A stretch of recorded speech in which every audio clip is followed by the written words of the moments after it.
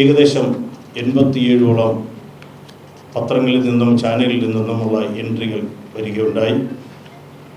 വളരെ സുതാര്യമായ രീതിയിൽ തന്നെ മുൻകൊല്ലങ്ങളിൽ ഓരോ ജൂറി കമ്മിറ്റിയും തിരഞ്ഞെടുക്കുമ്പോൾ തന്നെ ബഹുമാനപ്പെട്ട ശക്തിധരൻ സാറിൻ്റെ ചെയർമാൻ അധികം നേതൃത്വം കൊടുത്തുകൊണ്ട് ഈ ജൂറി കമ്മിറ്റി അവാർഡ് എൻട്രികൾ വിലയിരുത്തുകയും അവയിൽ നിന്നും തിരഞ്ഞെടുക്കപ്പെട്ടവയാണ് ഇന്നിവിടെ ജൂറി ചെയർമാൻ പ്രഖ്യാപിക്കുന്നത്. ആറാമത് പ്രേംനസീർ സുഹൃത്ത് സമിതി അരീക്കൽ ആയുർവേദാശുപത്രി പത്രദൃശ്യമാധ്യമ പുരസ്കാരങ്ങൾ പ്രഖ്യാപിച്ചു. ജൂറി ചെയർമാൻ SR ശക്തിധരനാണ് വാർത്താസമ്മേളനത്തിൽ അവാർഡുകൾ പ്രഖ്യാപിച്ചത്. മികച്ച പ്രാദേശിക ചാനലായി മലയാളം ടെലിവിഷൻ തിരഞ്ഞെടുക്കപ്പെട്ടു.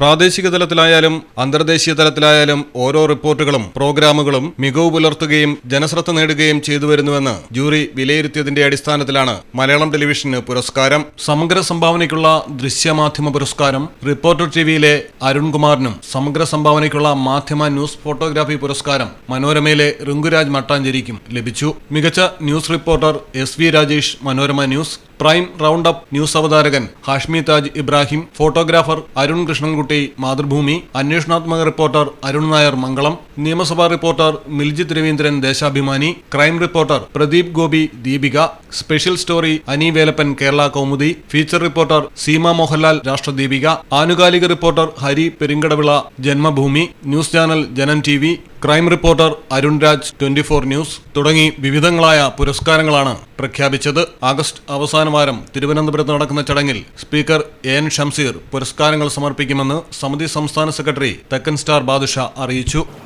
വലിയൊരു സമിതി പല ഘട്ടങ്ങളിലായിരുന്നു പരിശോധിച്ചിട്ടാണ് ഇതിൻ്റെ ഒരു ഫൈനൽ ലിസ്റ്റ് ഉണ്ടാക്കിയത്. എല്ലാവരും അയച്ചു തന്നിട്ടുള്ള സാധനങ്ങൾ മാത്രമാണ്, അല്ലാത്ത ഒരുപാട് പത്രങ്ങളുണ്ട്, പത്രപ്രവർത്തകരുണ്ട്, അവരുടേതായിട്ടുള്ള എൻട്രികളോ അയക്കാത്തത് കൊണ്ട് പരിഗണിക്കാൻ പറ്റാതെ പോയതുകൊണ്ട്.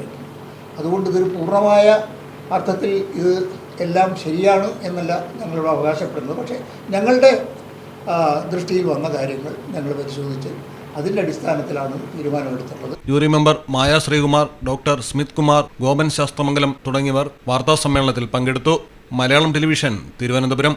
പഠിക്കുന്നത് എംപയർ കോളേജിലാണെങ്കിൽ ജോലി വെറും സ്വപ്നമാകില്ല. Empire college of science, Moodal, Kuttippuram, Malappuram.